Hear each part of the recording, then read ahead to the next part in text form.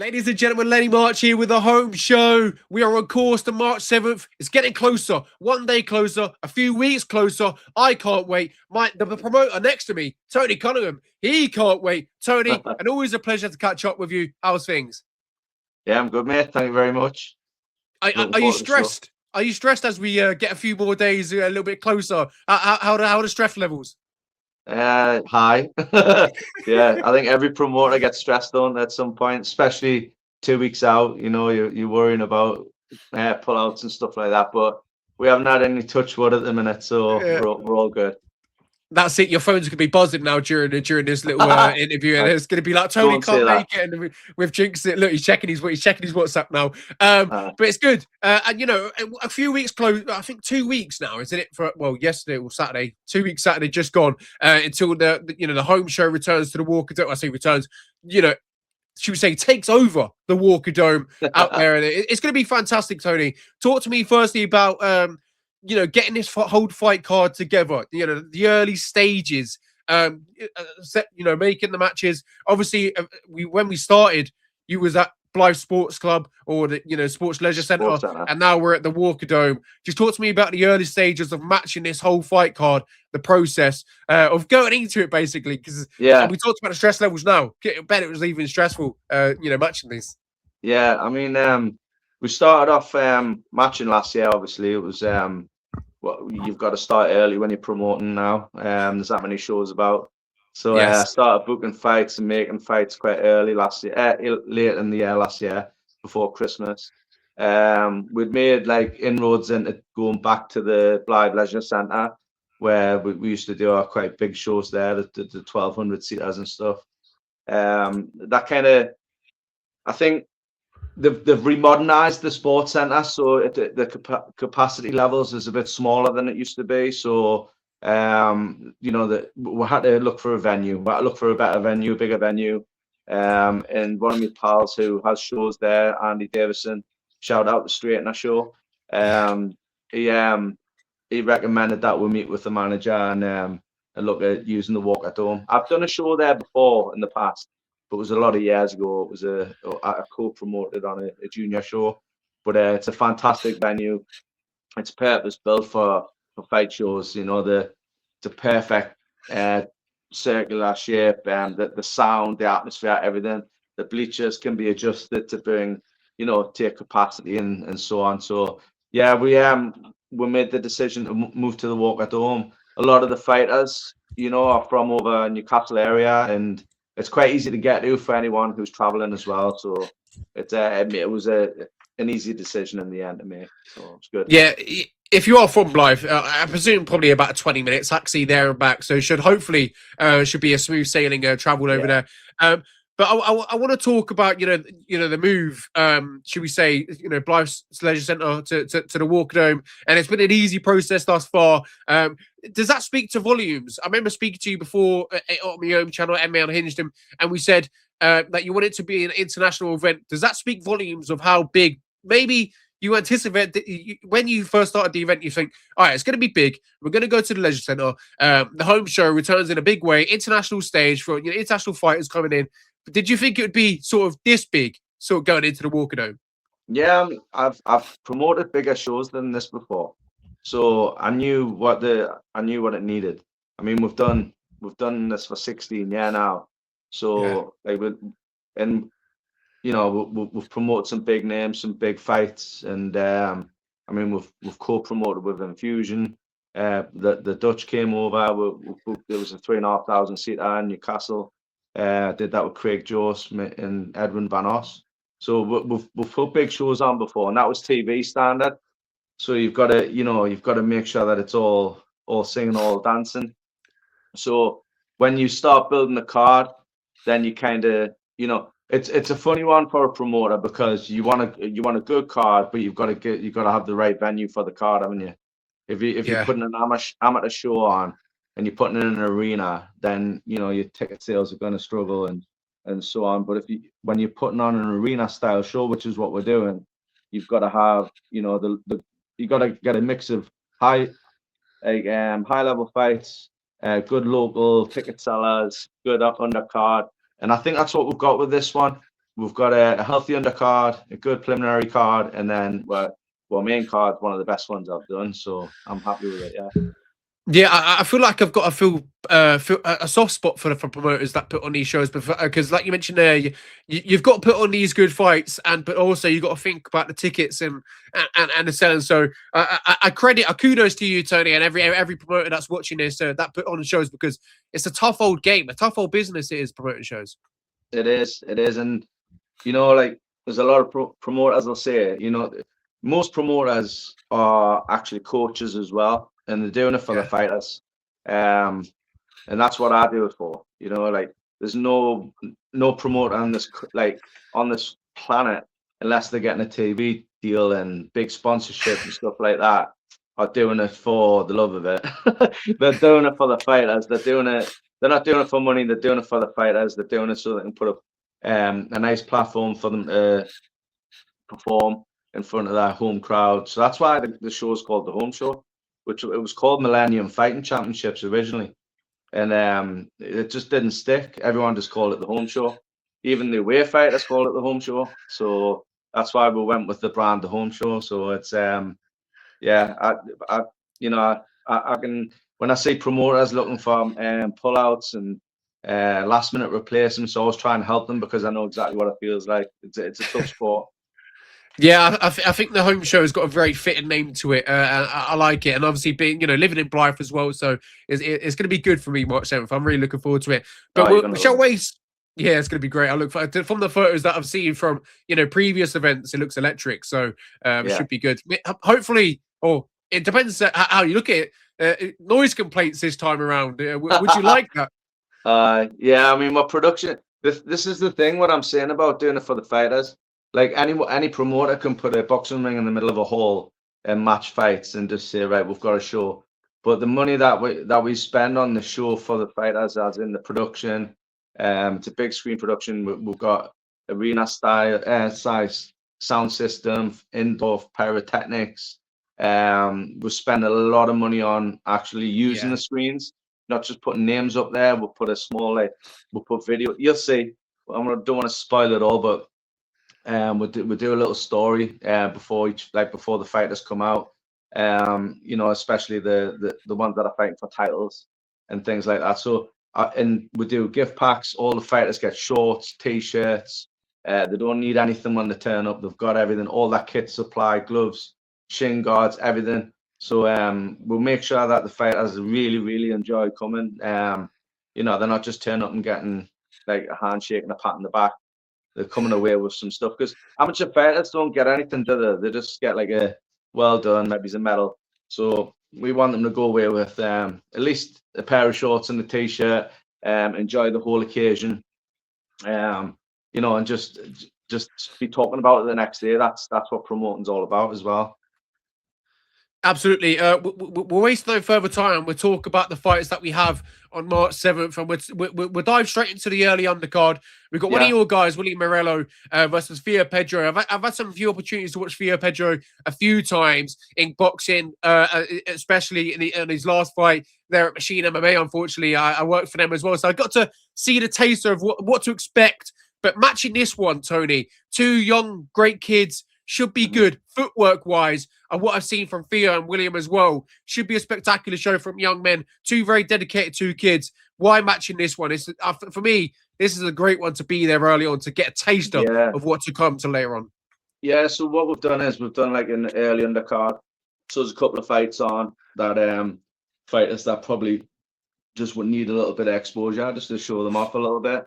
And we went for some really like classy little fighters. So William Morello's a good mover, like you say. He's like rangy, likes to move a lot and get his shots off. And then you've got Theo's exactly the same, really. It's a great little matchup. They're both 17, 18, so they're both wanting to show their skills, but it's a great way to start the show. Absolutely. Like I mentioned, I've seen Theo move quite a lot in there. And boxing, but this time round, obviously boxing again for Theo. So I'm looking forward to it. As you mentioned, quite a good move of both of these, though. Quite a tough test for both men. So both, kids going into this one, isn't it? Yeah. I mean, that's what it's all about. I don't look for easy fights for my fighters. It's William's second fight, and I know Theo's been out there a few times. but I know I look at what they're capable of, and when they're amateurs, you're looking at like 1 to 5 fights, 5 to 10 fights. We're not looking for someone with exact matchups. We're looking for to up our game, aren't we? So and test each other, test the fighters. So that's what we're doing there. So obviously, I know Williams probably, if you're on paper, the underdog, but if you want to look at stylistically, I think it's a really good fight. I think it's an even fight, as all the fights are on the card. I pride myself on fair matchmaking, so it's going to be a good little opener. It's the only fight on the card that isn't K1. So we've got 23 fights on the card, and it's the first one. That's why we've put it on early undercard, because you see a lot of shows and it kind of confuses the crowd when there's different rule sets and so on. So we've put this boxing fight on early, and then after the boxing fight, it's all K1 from then on. Definitely. So if you're anticipating to maybe get there a little bit later in the show, I advise probably getting there a little bit early. Obviously, this is a fantastic fight between two young kids that are going to go at it. Two very technical young kids. So get there early, be there from the first fight, and you've paid some good money to be there as well. So why not watch the full event, full action? Yeah, do not miss it. It's going to be fantastic. Next one I want to talk about is Ryan. Obviously, another one of your guys, but he's facing William Chen. Obviously, coming over from Romania. I spoke about obviously international fighters, and obviously this speaks volumes. A guy, William, who's on the undercard, looking to come over, and I wouldn't say spoil the home party a little bit from Ryan. And Ryan's going to be thriving under this sort of environment, surely. Yeah, Ryan's an entertainer. He's a very exciting fighter. He was selected for GB last year. Went away to Italy, got himself a bronze medal at the European Championship. So he's sharp. He's very sharp. Really hard to match Ryan domestically, so we went international, and I've got a good relationship with the two or three gyms actually in Romania, through a friend, Horia Redulescu, who's like put us in contact with a lot of gyms around that area. So we've come up with William Chen. He's a strong kid, southpaw, similar experience to Ryan. So it's an exciting fight, that one. I'm looking forward to that one. Absolutely, and if you're not got tickets already, you should definitely go to get tickets, because it's gonna be a fantastic night. As I mentioned, there's so many fights on this card. Unfortunately, I don't. If we go through them all, I think we'll be here all day, Tony. Yeah, so I mean, we'll we've got sort of select through. fights, but we've got like the undercard, like some highlights. Yeah, I mean, I'll just grab my laptop, because if you think about, we've got Zach Thorpe and Tyler Wardle, two good, strong local fighters. Aaron Burgess is from my gym. He's on the GB squad as well. He's fighting Deacon Davik from Wigan. Now, Dale is like a GB coach, so Deacon's coming from a high standard gym. Marcus Pierce from Houghton Thai Boxing Academy, which is Jake Thurlaway. Strong fighting team. Nathan Wright from Jamie Bates's gym, Elite Striking Centre. The last fight I've matched on the card is Dax Hayden from Newcastle Fighters, who's just fought last week. Impressive. I went there and watched the fight. It's very, very explosive for a young lad, against Alan Lang from Northern Free Fighters. I've seen him fight twice before, and that's a good stylistic matchup. You got Dax is very explosive. Hayden, Alan's more of a controlling fighter. He likes to use his teeth and get behind his jab. So that's going to be interesting. Sandra Forrest and Shona Watson, they've fought before, but albeit it was on a light contact show, so it's more of like a skills fight. And Shona actually won that one. Now Sandra's got the more experience, so I think she'll want to get revenge on that one. So that's a good fight. And then you've got Jake Scott and Luca Mossa, who's the last fight on the undercard. So again, two young lads, 18, 19-year-old. They're all looking to impress to get on that prelim card for next time, aren't they? So it's an exciting undercard, to be fair. Absolutely, and I want to talk about obviously Dax there. Obviously, going over to watching him. Why trying to get him? What have you seen from him on the night of basically trying to get him on March 7th? You know what? I watched him. I've seen him before. He's from Conan Maz's gym at Newcastle Fighters, and he's just like they're a Muay Thai gym, but they fight K1 as well. But he's just got a lovely K1 style. He's got good, strong hands. He goes to the head, the body. He throws nice, good low kicks. And now obviously, Alan, I've been waiting to get him matched for a while as well. And I just thought, that'll be an amazing fight. And I put it to both the coaches, and they both snapped it up. We just had to wait until Dax had his fight at the weekend to see if he was, he's okay and ready to go. But yeah, we've got it on anyway. So, and we've got one more there that I forgot to mention. Well, I didn't forget. I know you wanted to talk about it. It was Junior Bestford and Tom Yes. Bowen. So yeah, what I've seen from Junior as well, he fought not long ago as well. I believe that was on the. I know he fought a takedown, and then he fought on another one after that. I believe anyway. Same Not long show ago. as Dax. There we go. That's it. Yeah. So and he's on a bit of a winning streak as Junior. He's picking up some momentum. So again, another tough fight for him, but sort of on the trajectory where you want him to go as a coach, and basically where he wants to go as a career. Yeah, I mean, Junior's doing everything right. He's training a lot, and he's hitting the gym. He's listening. He's still inexperienced. He's had a couple of boxing fights under us, and this is his second K1 fight. He fought on Newcastle Fighter show, the Next Generation show, last weekend. He got a good win. I just think the weight probably isn't right for him. He's 75 kilo. Like all coaches, when you start with a novice fighter, you want them to get in shape and not too much think about the weight. They want to think about performance. But now I'm looking at him and I'm going, I think he should be down around about 72. He'll not like hearing that, but I know I think he'd be very, very strong, 72, even 70 kilo. And Tom Bowen from Wales, from Mark Watkins' gyms, no mug. None of them they're really strong fighters, and he's quite big. He's like Joe Johnson's frame. He's like 6'1". He's quite a thick lad. So it's going to be a big fight for Junior. He's more than capable. He's explosive. But it'll be a tough fight for both lads, put it that way. There we are. And obviously, I'm going to put you under pressure a little bit. I don't want you to break, but as the early undercard, the undercard goes, what are the few fights that you're looking forward to the most? Obviously, you being the matchmaker, the promoter, pretty much the guy that does everything with a home show. So you will know these guys pretty much in and out, basically. So if we look at the early undercard and the undercard, if we're listing 2-3 fights where you think that's got real potential to deliver, what does that look like in your head, Tony? Oh, you know what? I don't know. The wall. Honestly, they're all fantastic fights. Obviously, as I mentioned there, obviously we've got Dax as well. Come on to this one. Sandra looking to sort of not get a little bit of revenge over there, as you mentioned, and obviously Jake Scott as well. From what I've seen as well from Jake as well, quite fast, quite fast paced. Yeah, good hands, good kick. So it's good. And obviously Zach Thorpe as well. It's great. Jake's never in a boring fight. He gets wrong off me because he likes to fight too much. You could win fights without fighting, sometimes. And Jake's like, as soon as the bell goes, he's in your face and he's trying to knock you out. Yeah. And that's why I've kind of put him last fight on the undercard. So I always expect an exciting fight from Jake. And Luca, who he's fighting, is very, very slick.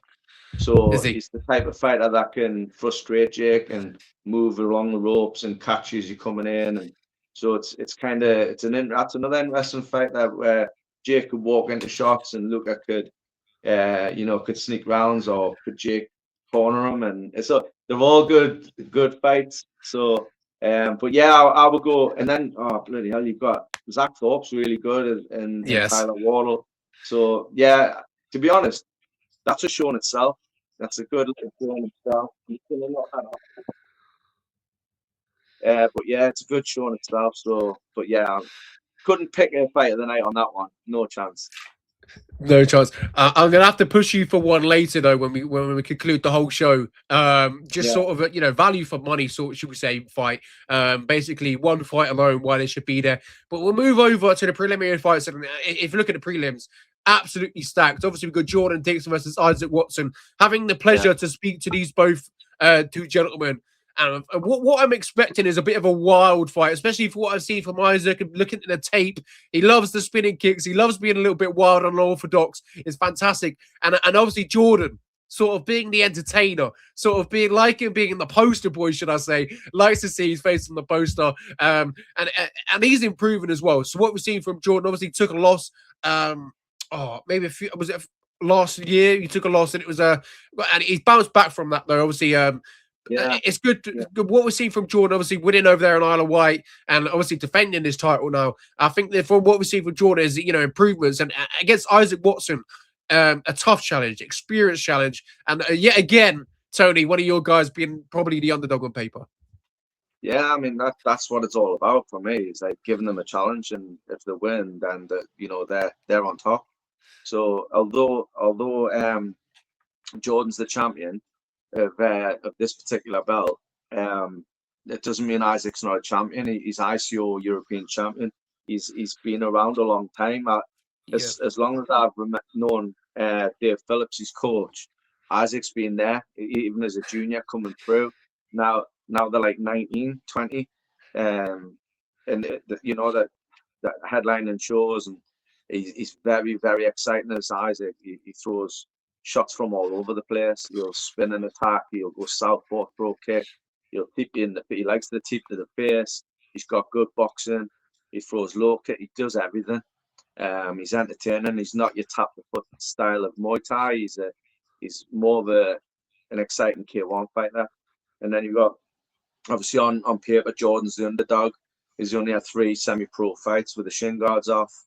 Before that, he's only ever had 7 7 fights. I think Isaac's probably had that many semi-pro. So, excuse me. But Jordan's like matured really, really fast in the fight game. And in his amateurs, I think he stopped everybody. It was 8 fights, 8 stoppages, 7 or 8 stoppages, and then we took a last-minute replacement fight for the one you're talking about, and I forget his name, Ryan Vaughan. Oh yeah, that's it. Yeah.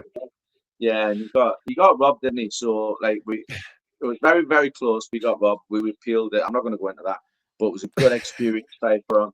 He showed his level. It was a semi-pro WKU world title or whatever. I don't know. There's so many associations, but he showed that he can hang with the best. Yes. So yeah, and then he went and took the belt over in the Isle of Wight against Dominic Marsh, who's also on the preliminary card. Yes. And he's Jordan's like doing really well. I mean, he's sparring with Levi and Joe and Liam and Reed and all the others, and which he has done for years. And he's just so sharp at the minute, and he's went from a kid very quickly into a man with his power. Now, sometimes when you're 18, sometimes it takes a little bit of time. Maybe it's 21, 22, 23, where you start like banging, like feeling that power. Yeah. He's got it at 18, which is quite handy to have when you're fighting. So it's gonna be that's a really good fight. It's a really good fight. That's gotta be one of my favorite fights to look forward to.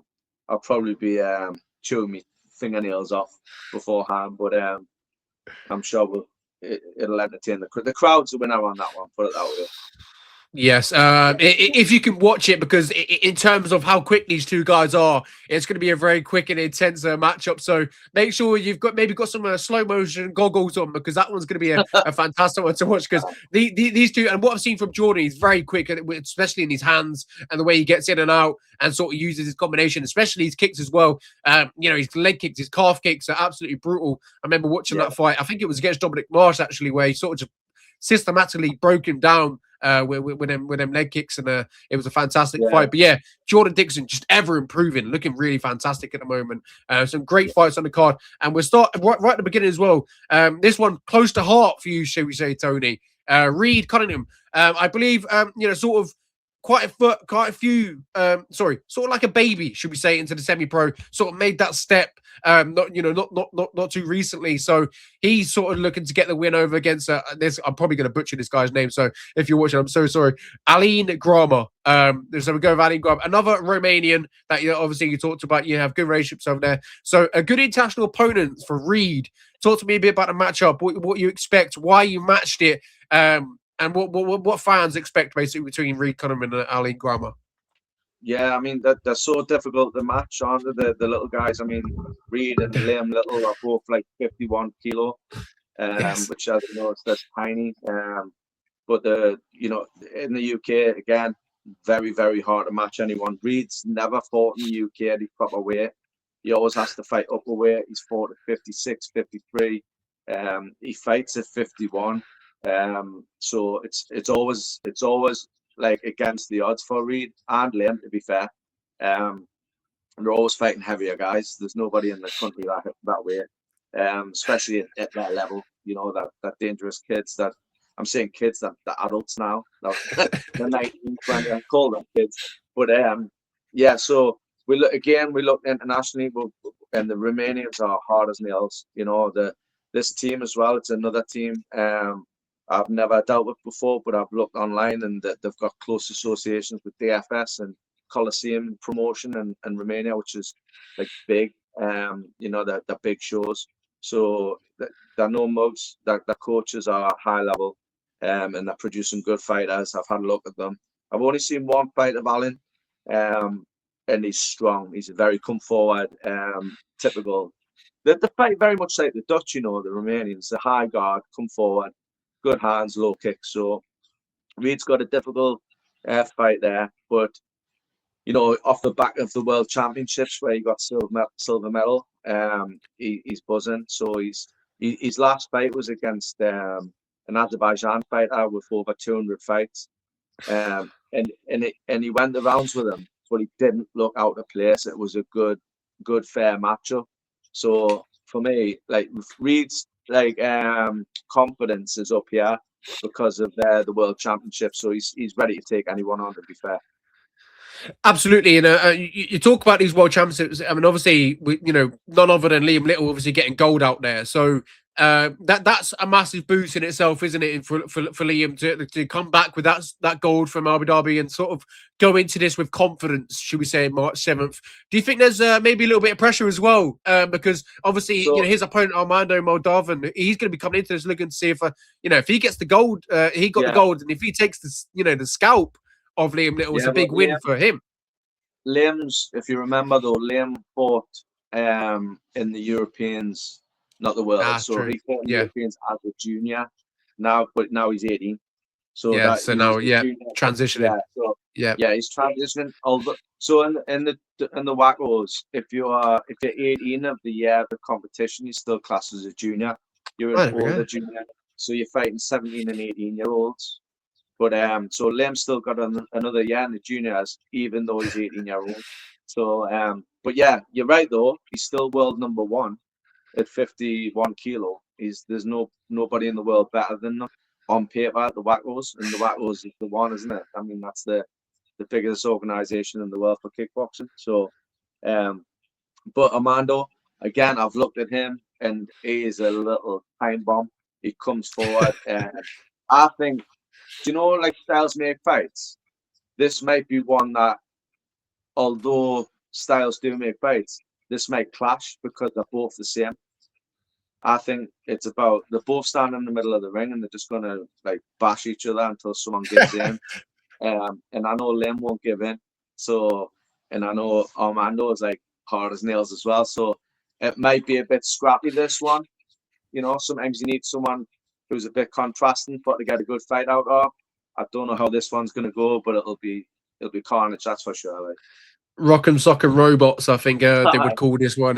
Just sort of stand in the middle center and just looking to trade. I wanted to actually ask you about, when you're looking to sort of match fighters. So say if we were talking about maybe Liam or Reed or anyone else on this card, and you're looking to match him, what are you looking at for potentially matching these?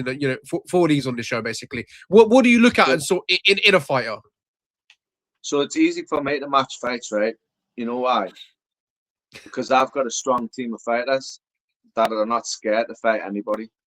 That is it. So on paper, I approach a coach and I'll say, I've got a fighter. He's had 5 fights. He's 4-1 or whatever he is against their fighter who's 10-0. And on paper it might look like a mismatch, but then I train my fighter for that fighter. So it's easy for the other guy to say yes, because Jordan and Isaac's the perfect example, isn't it? It's easy for Isaac and Dale they'll want to fight as well. They want a nice domestic fight, that they don't have to travel too far for and get paid for it. But ultimately, they want to fight where they can test the fighter. But everyone wants to win, and Jordan's a good stylistic fight for Isaac, but we know Jordan's the underdog. So it's kind of like I always have no problems matching my fighters as long as I overmatch them, which is hard on my fighters, but that's the way it is at my place. They've got to step up and fight, haven't they? So that's what we do. Absolutely, and I think the preliminaries kind of speak volume of what you're looking to deliver on March 7th is an entertaining night for the fans, and we've got some fantastic prelims. We talked about Reed, we talked about Liam Little, we talked about Jordan Dixon. We got Beth Brown as well versus Joanna Carvalho, another women fight on this card. Obviously, we had Sandra, before, and now we've got Beth from Newcastle Fighters as well. So another good local prospect, I would say, against an Irish that looking to come over and sort of take the win. That's it. I mean, on the preliminary bouts, we've got 1, 2, 3, 4 out of 6 fights. We've got 4 international fights on the preliminary bout. So it's unreal. But Beth's exciting. Beth comes to fight. She's a scrapper. I mean, she's very, very technical as well. But she's got she can have a proper tear up when she wants. Once she fought a boxing fight a few years back with one of my fighters, Kelsey. And they had a proper ding dong. It was like they were both marked up their face as well. I was like, oh my days. So she's got it in her foot to have a right tear up. Joanna's the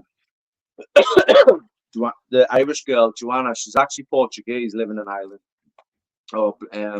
Our coach is Brazilian. So anyways, they're coming over. They've just fought. She just had a great performance a few weeks ago in Ireland. Looked very, very different to the previous fights. She looked a bit more calculated, a bit more forward pressure. So I think that's going to be a good fight as well. Girls don't like to lose, do they? They're stubborn. So that's what I play. I tell juniors when they're coming up, when they're girls, they can be so this and that and whatever. But when you become women, they don't like to lose, right? So that's another good fight. I'm looking forward to that one.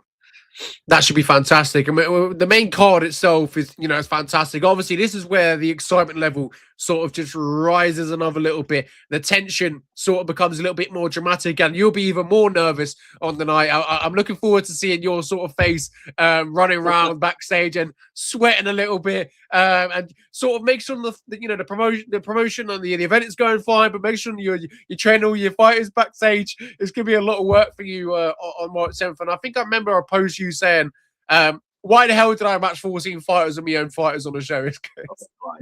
I've got no idea. But you've got to. I mean, I think anyone who does a show that the promoter, who's the coach, has always got more on than anyone else on the day. But we've got good help. We've got good help, and it's like, even the away coaches, they're all my friends. We're all in the same industry, and we all help each other. You'll find that even when I'm on another show, I'll pad other fighters if they need to and stuff like that. So, we're on one big team, aren't we, at the end of the day? So. Nah, it's good to see. I'm looking forward to it. We'll start off with the McKenna Wade. Obviously, McKenna Wade, having that, having some, world experience, should we say, and sort of returned on Takedown Promotions a few months ago. Was it maybe like November-ish? I think maybe, or round about then. Anyway, sorry, Cole, if you're watching, I forgot the date of your show. But returned on Takedown Promotions. That was a tricky fight week and fight itself because there was a few dealings going on. But we'll talk about this one. Obviously, McKenna, had international experience over there in Japan. It's sort of, I would say, a big name. Looking to sort of make a drift back into it though, and sort of get back to active competition. And she's got a tough competition against Yasmin Nasri, though, hasn't she? Yeah, she's got a hard fight. I mean, that's what I'm saying about matching me fighters. I'm not gonna. Yes. I mean, McKenna. Everyone knows how dangerous McKenna is. She's one of the at 53 kilo. She punches like a 70 kilo man. Everyone knows that. She does. She punches really hard. She's fast. She's aggressive. And with the females fighting 2-minute rounds, she can be very explosive over 2 minutes. So it's a good fight. Like, and then you got Yasmin, who's very, very experienced, 50 fight Yes. plus veteran.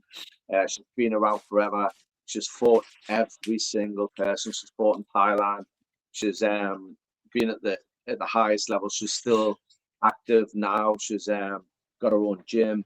She trains out in Northern Kings with Craig Jones, and she's got really one of the best pedigrees you can think of for a fighter. And we're lucky that she's based in the northeast, so we can get this matchup, even though she represents Scotland. Um, and then again, it's a good fight for McKenna because, like, I think styles make fights again. I've said that a few times now. We've got the Muay Thai style, and now I know Yasmin can definitely bang. She can come forward with her punches, but I think that suits us. So I think under K1 rules, I think you know it makes it more fair. If it was Muay Thai, then obviously you've got to go with Yasmin. So Yeah, absolutely. I would say this is quite a big opportunity for McKenna to sort of get back into the thick of things. As I mentioned, being up there, fighting some of the best names over there, and obviously getting that experience in Japan. This is a good road back for both women to sort of kind of announce themselves back onto the big stage again, isn't it? yeah, definitely, it's definitely a scalp fight. I mean, I think I don't know. Like Yasmin's got nothing to lose because she's going to another sport. And then McKenna's got nothing to lose because she's fighting someone so experienced. So they both really just need to go out and have fun, be themselves.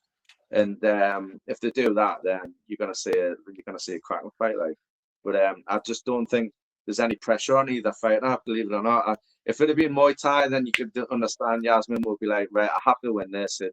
I know everyone wants to win every fight, but pressure is pressure, and sometimes that some people thrive on it, some people crack. So. But I think it's a good fight where there's no pressure on either girl. They're good. Absolutely, I'm looking forward to it. That should be a spectacular, and that's unfortunately, I believe, the last women fight, and the three women fights that we have should be absolutely fantastic. Should be Yeah. action from start to finish. Next up, we got Leaf Taggart and obviously Reece Johnson, and I've had the pleasure to talk to these two as well. And what an interesting clash of styles that we're going to see on March 7th. Leaf, obviously, unfortunately, retirement fight, and obviously, how tough was that to kind of have someone matching as a retirement fight? What runs through your head as a promoter? Is it like, yes, we'd love to stage you, or is there any sort of anything in the back of your head thinking retirement fight? Do you feel like he's going to come in 100%? That's the question, basically. Yeah, I mean, I've trained Lee for these last three fights, Yes. and obviously, I know this one he's kind of based out of Cooper's gym at the minute, but he's still, I'll still be cornering him on the night, and we've got a very close relationship when it comes to martial arts. I mean, he's I'm close to Leaf, but he speaks to us regular about different things and stuff like that. So, getting a fight for him, I'm not gonna rob him of an opportunity of a good fight on his last Yes. ever fight. So, like, I put it out there. Nobody wanted it, and I just knew in the back of my mind that there was a guy who would definitely take it no matter what. And I was just like, do I do it? Do I do it? And then I just went. I asked the question, and he's a Johnson, isn't he? So you got Reece and Joe Johnson. They'll never ever say no to a fight. If they haven't got anything booked in that weekend, they'll take it. And Reece Johnson, just what he interviewed him. He fights like he's interviewed. He's This is fiery. wild. Yeah. Yeah, he's crazy. He just comes and does what he does, and he'll try and take your head off. If it doesn't work, he'll try again. But that works into kind of Leaf's favor because obviously he's more of a technical, he'll time you, and he's a technical fighter. He can still have a fight though. I hope nobody thinks he's just like going to move and hit and move and hit. If he gets into that close range where there's a fight involved, Leaf can have it as well. So it's going to be a fight in all areas. Doesn't matter where the fight goes. It'll be exciting. Yeah, absolutely. And obviously, Leaf, looking to outclass, should we say, Reece on the night. It's a fantastic fight into himself. And obviously, Leaf spending, number one in his division for a couple of years. So it speaks to volumes of what we've got on this card. Yeah, in the past, he was number one for a while in the UK. Well schooled, come from the WACO system. And, I was like, no mug. He's really, really strong junior into the adults and then into the pro game. So he's been there and done it. He's and this like he's fought in the home show a good few times now, so he knows like he could have chose anywhere for to have his final fight, and he's chose the show that probably that will look after fighters, or I personally think will look after fighters really well, and it can get a good send off on his last fight, get all his fans there, that can come along and watch him, and he can put them gloves on the canvas and leave with his held his head up high. You know what I mean? So he'll do well, and he'll enjoy it. It's about enjoying the occasion because we're not fighters for very long. I know that. So it's a short window, and you've got to take all these opportunities, and hopefully we can give him a good send off on his last fight. Yeah, and obviously, all that being said, and I feel like what's running through Reese's mind, he'll be thriving under this sort of opportunity to potentially knock out Leaf on his retirement send off, because that's the vibes I get from him. He's a bit wild, and if you haven't seen his fight, as you mentioned, looking to come your head, to come and take your head at any moment in the fight. He's a bit of a wild man, isn't he, Tony? And he hits hard. Yeah, We've seen it. yeah. I mean, he's just a tough kid as well. He's tough, He's not scared of walking on the shots to get what he needs to do. If he wants to throw punches, he'll walk through knees. He's just that type of fighter. Yeah, it's exciting. I think whoever's most prepared will win the fight. That's it. That's it. At the end of the day, who wants it the most? Absolutely. And we'll talk about this next one. We've got Dylan Yendo versus Damien Darko. Again, had the pleasure to speak to these two fine gentlemen. And this is, again, another exciting fight on paper. Should deliver. Dylan Yendo out there in Amsterdam, getting rounds, and obviously going to Thailand as well. I think you mentioned he got this knew about this fight when I was there in Thailand. So he is getting the rounds, against his international opponents and sort of gaining this experience against Damien Darko, who, as we mentioned, wacko, been on the wacko scene, just come back from Abu Dhabi. Sort of didn't go his way that week, but good experience banked from him.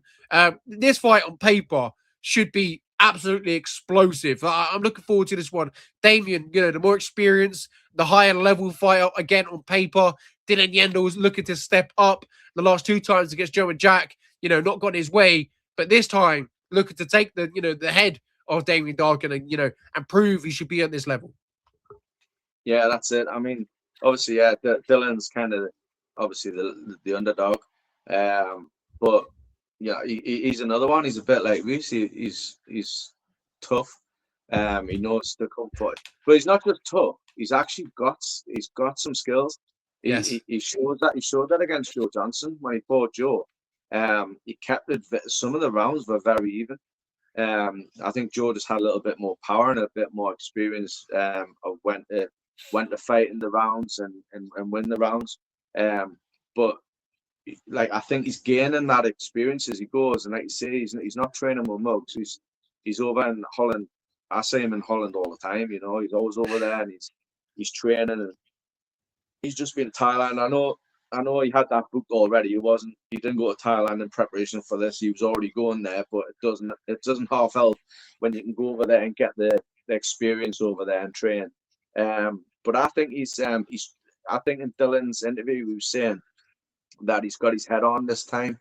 And that's massive, isn't it? That's everything. When you're a fighter, if you're confident, and I believe him as well, like he's not a type of person who just like says. He's very matter of fact, this Dylan. He'll tell you exactly how it is.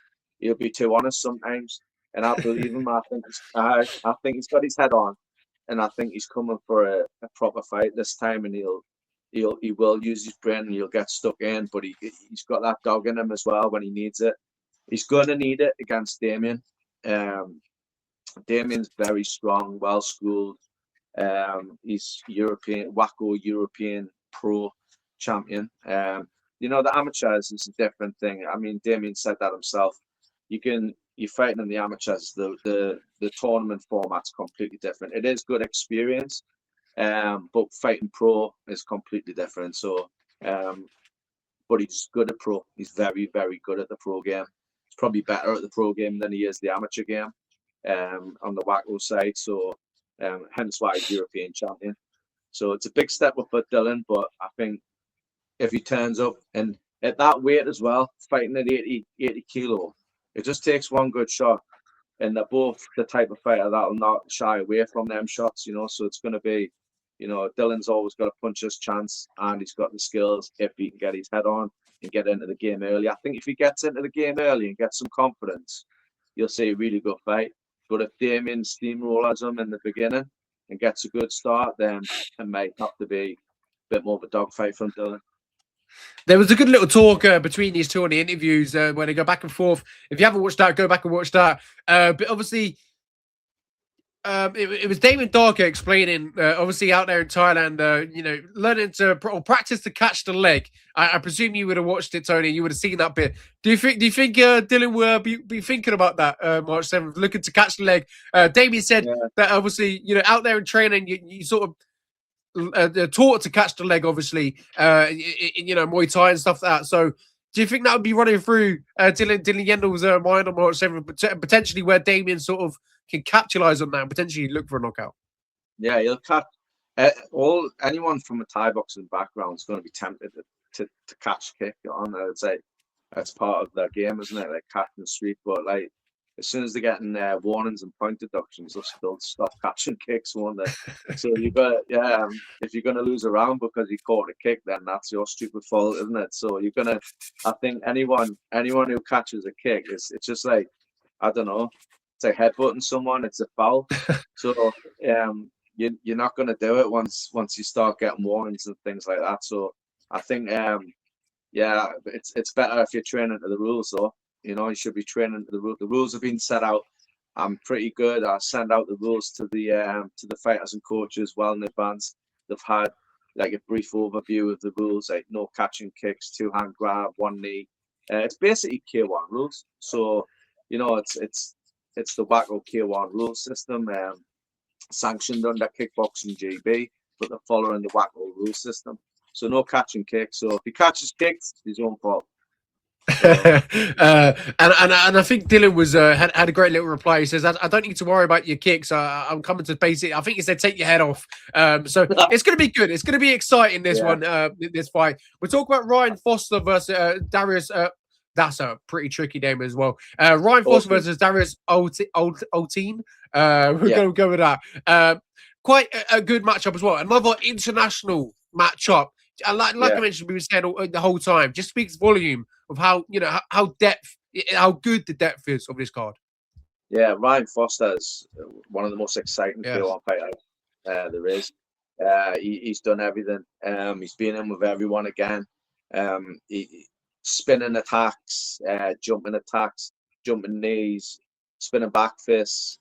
He low guard. He fights with a low guard and fires from all angles. He's very, very dangerous. He's knocked out a lot of fighters. And then you got Darius is a high guard fighter, likes to throw the knee up the middle, which is good because that's the type of style you need to beat the flash style. It's just whether or not he can close Ryan down, because Ryan's such a good mover. He hits you off rhythm. He hasn't got a typical like punch kick type of rhythm. He throws mad stuff all the time. He sells tickets as well because he's so exciting. I don't know if you've seen his somersault knockout before. It was in the amateurs, but he did like I have not, but I shall take a watch. Yeah, it's brilliant. He did like a rolling thunder, like a spinning. Oh, okay. Yeah, he done one of them and then knocked the kid out. He's oh my God, special talent. I don't know. I think just opportunities and certain things and that, but he should be fighting like world level. He's really, really good. I rate Ryan like a lot. He's a professional. He turns up on weight and he turns up the fight. He's good to deal with. I like Ryan. Is that big for you as a promoter? Just quickly, is being good to deal with? Yeah, if you're a fighter, right? He has a little message to you, right? If you want to get on good shows, right? Be good at communication, right? If someone sends you a message or rings, you pick up and answer. Share all the posts, okay? Try and sell tickets. If you don't sell tickets, you're not going to be on any show, right? Simple as that. I know promoters got a duty to promote. I understand that, but so is a fighter. Your fighters have got to help with this and read things. If we're putting you in a group chat and it's got important information on, like weigh-ins and times to be there, like a schedule, have a Yeah. look at it. Don't be like asking the questions that have already been given to you. The answers are already there. I feel like But you'd be surprised of how many fighters miss this sort of information. They've already switched off. As soon as I said that, they'll have just turned this off. That's it. We're not taking any more grief from Tony. That's it. We're going off. But we're talking about the co-main event of the evening. Joe Johnson, Jack Bullock, a rematch between these two fine gentlemen.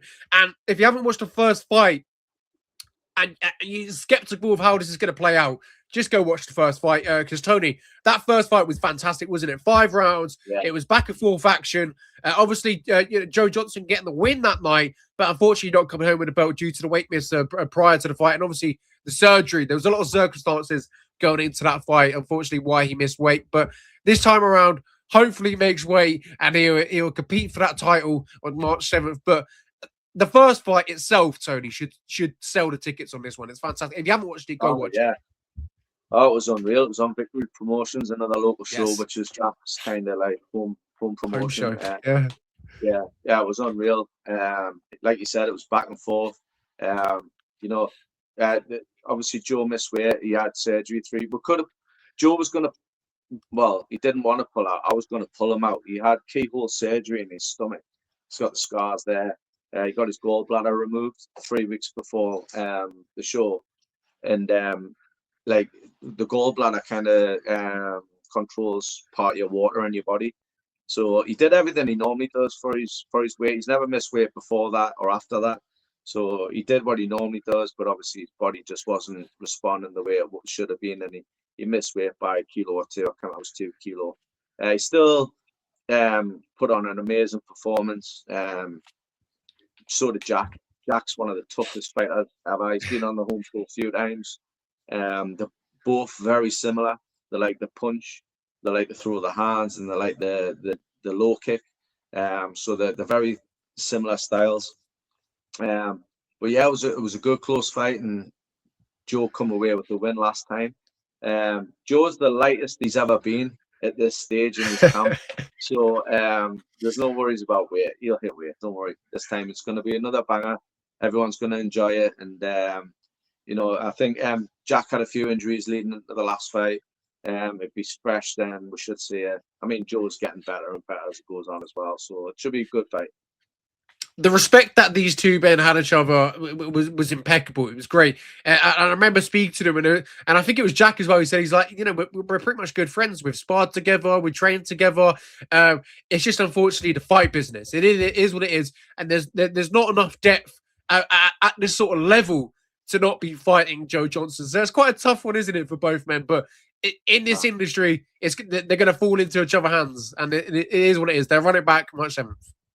Yeah, that's it. I mean, they're similar weight, well, they're the same weight. The local lads, they're top of their divisions in respective sports. You got Jack's more from Muay Thai sport, Joe's the K1. So they're going to spar, aren't they? They're going to try and get rounds where they can.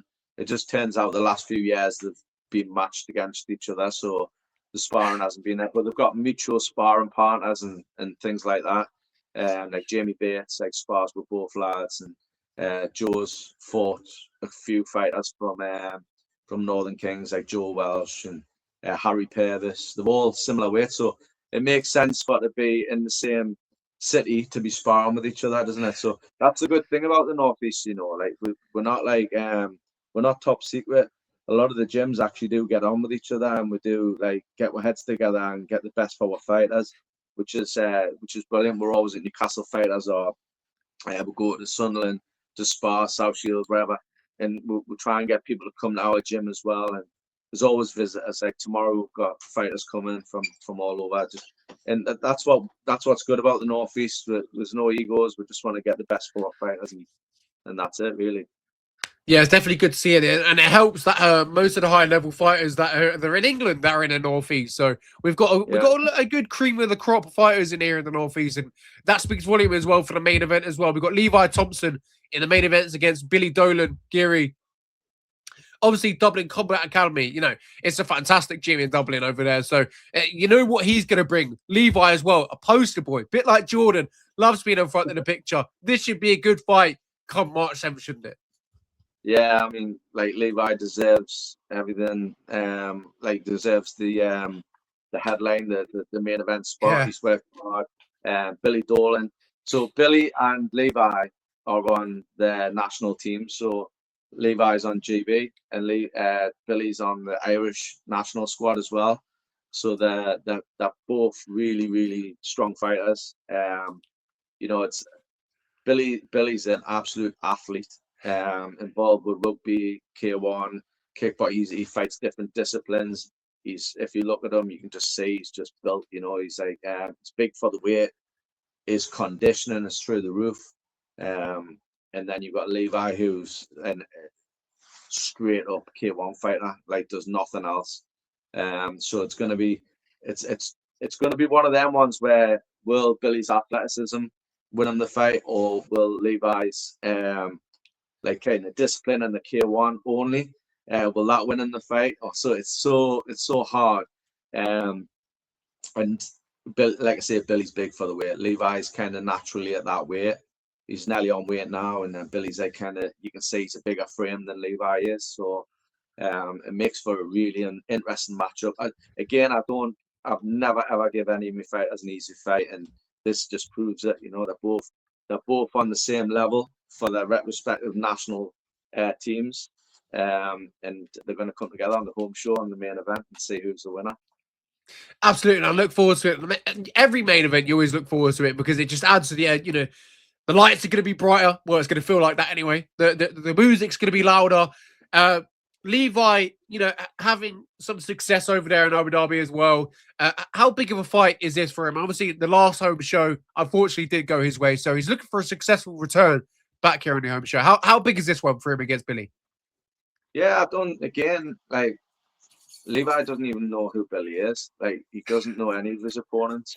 Like if you ask him, he'll tell you. Like I do all the research, I do all the matchmaking, I make sure that he's ready for his fights. He just kind of turns up and trains. His sparring's been phenomenal. We've brought in some amazing sparring partners for him. He's always got good sparring with Joe Johnson, who's like always around about 10 kilo heavier than him. And he hangs with him. So he knows how to spar against bigger guys. And I just think, like, I don't think there's any pressure on him. He just turns up, he fights. The only pressure on is like, yeah, he is the main event and he'll want to perform. But isn't that the same if you're on the undercard? I think that's the same. Especially on your home show, all your pals are there, all your family's there. You don't want to let anyone down. But at the end of the day, we had this discussion last time when it didn't go his way. It's not about proving anything to them. It's about just proving something to yourself, getting a good performance under your belt. And if you do that, if Levi turns up and gets a good performance in, you'll win. It's as simple as that. If Billy turns up and he does the same, then we're going to have a really, really tough night. So it's interesting. It just depends. It's like any fight, isn't it? If we match it 50-50, it's down to who wants it the most. Absolutely. And I believe this is a... Jesus Christ, Tony. That's it. Interview scrapped. That's it. Done. I can't carry on. This is this is the second opponent I believe that Levi's had. He had a pullout, I believe. Yeah. We Lloyd Lynch. So that's a training partner of Billy. Yeah. He's similar standard, exactly the same in the Irish national squad. Lloyd sustained a knee injury in training. So his coach got in touch with us and says, look, he could do it, but I don't want to make it too, but make things worse. He's fighting professionally. It's not like a fight that you can just go in and get through. You've got to be at your best. He says, look, I've got an amazing guy here who will jump in and do it. He's exactly the same standard as Lloyd. He's on the national squad. They're teammates. He's at the same standard.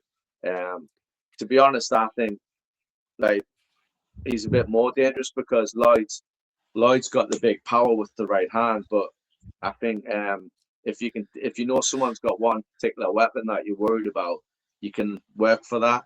Whereas I think Billy's got his whole athleticism, his whole he's just like a tank, and he comes from all angles as well. I watched the fight, one of his highlights.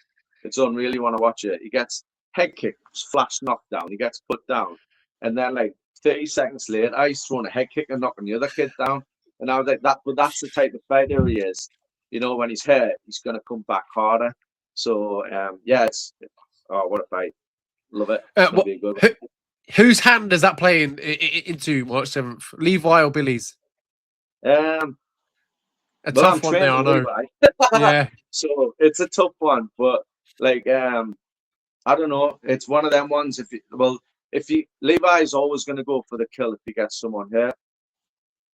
And that's what happened when he fought in the last home show, and Will caught him as he was coming in. So I think, but Levi's not stupid. He's very, very intelligent. He's got one of the best fight IQs I've ever seen, and I think he won't make the same mistake twice. So once he gets you hurt, I think he'd be a little bit more calculated on his finish this time, if it gets to that point, which you'll have to be, because from past experience, what I've seen of Billy, when he gets hurt, or if he does get hurt, he comes back with big shots. So you've got to be very, very careful. It's like the wounded animal. They're gonna retaliate on it. They're gonna fly back at you. So. Absolutely. This is fantastic, Tony. I enjoy your time as always. Yeah, you speak some good words. It's fantastic to see. March 7th, though, another big night in the history of the home show. I believe this is one that's going to be streamed as well. So if you can't make it, how do they watch that on March 7th, Tony? Yeah, it's going to go out on Notorious TV. So they'll be there. There'll be a 3-camera crew with getting all the footage. So they'll have a static and two moving cameras. So you're going to get some great footage. Pete Irvin's going to be commentating the event as well. So we've got a fantastic commentator. We're going to get someone to sit with Pete as well, but we just need to figure out who that's going to be. But there's nobody better in the game than Pete for understanding fight sports and understanding styles and also translating that into words. So he's fantastic as Pete for doing that. So he's going to be there ringside commentating the fight. So all the Romanians and the Irish and the Welsh who can't get over to watch the fight or travel up north or whatever, then they're going to be able to watch it on Notorious TV. And the price, I don't know whether that's been has that been confirmed yet? Yeah, I think it's $9.99. There we go. Money. Yeah, it's a tenner. So watch the whole show for a tenner. There we go. So yeah, Notorious TV, £10 on pay-per-view should be a fantastic night. But other than that, if you can make it, you're still skeptical. I believe there is tickets available still, Tony. Basically, give them a reason why they should be there. Other than basically what we've been speaking about. But there's 23 fights on this card. They're all fantastic, all well matched. Could go either way. It's a night that could produce so many good moments. Yeah, I think that's it. We've got 3 cards. We've got an undercard with some of the best talent in the country and the Northeast as well. The fantastic fresh talent that are looking to impress the coaches so they can progress and impress everybody. There's a lot of pressure on these amateur fighters on such a big stage. And then we've got the preliminary card. That's where all fights are semi-pro. So we've got an undercard where they're in full protection, head guards, shin guards, gloves. Next, then stepping up, take shin guards off, fight for 2-minute rounds. They're like the pros, the next generation pros coming through. So we're going to be looking for the next pro coming through to go on to the main card, and then the main card speaks for itself. We just went through it there. We've got 1, 2, 3, 4, 5, 6, 7 pro fights, and each one of them could be a headline fight. We can't pick a fight of the night out of the last 7 fights. It's impossible. So get yourself along. Tickets are available from all of the fighters. If you've got no contact with fighters, Millennium Martial Arts, drop us a message. We can get the tickets to you. You can pop into the gym and get them.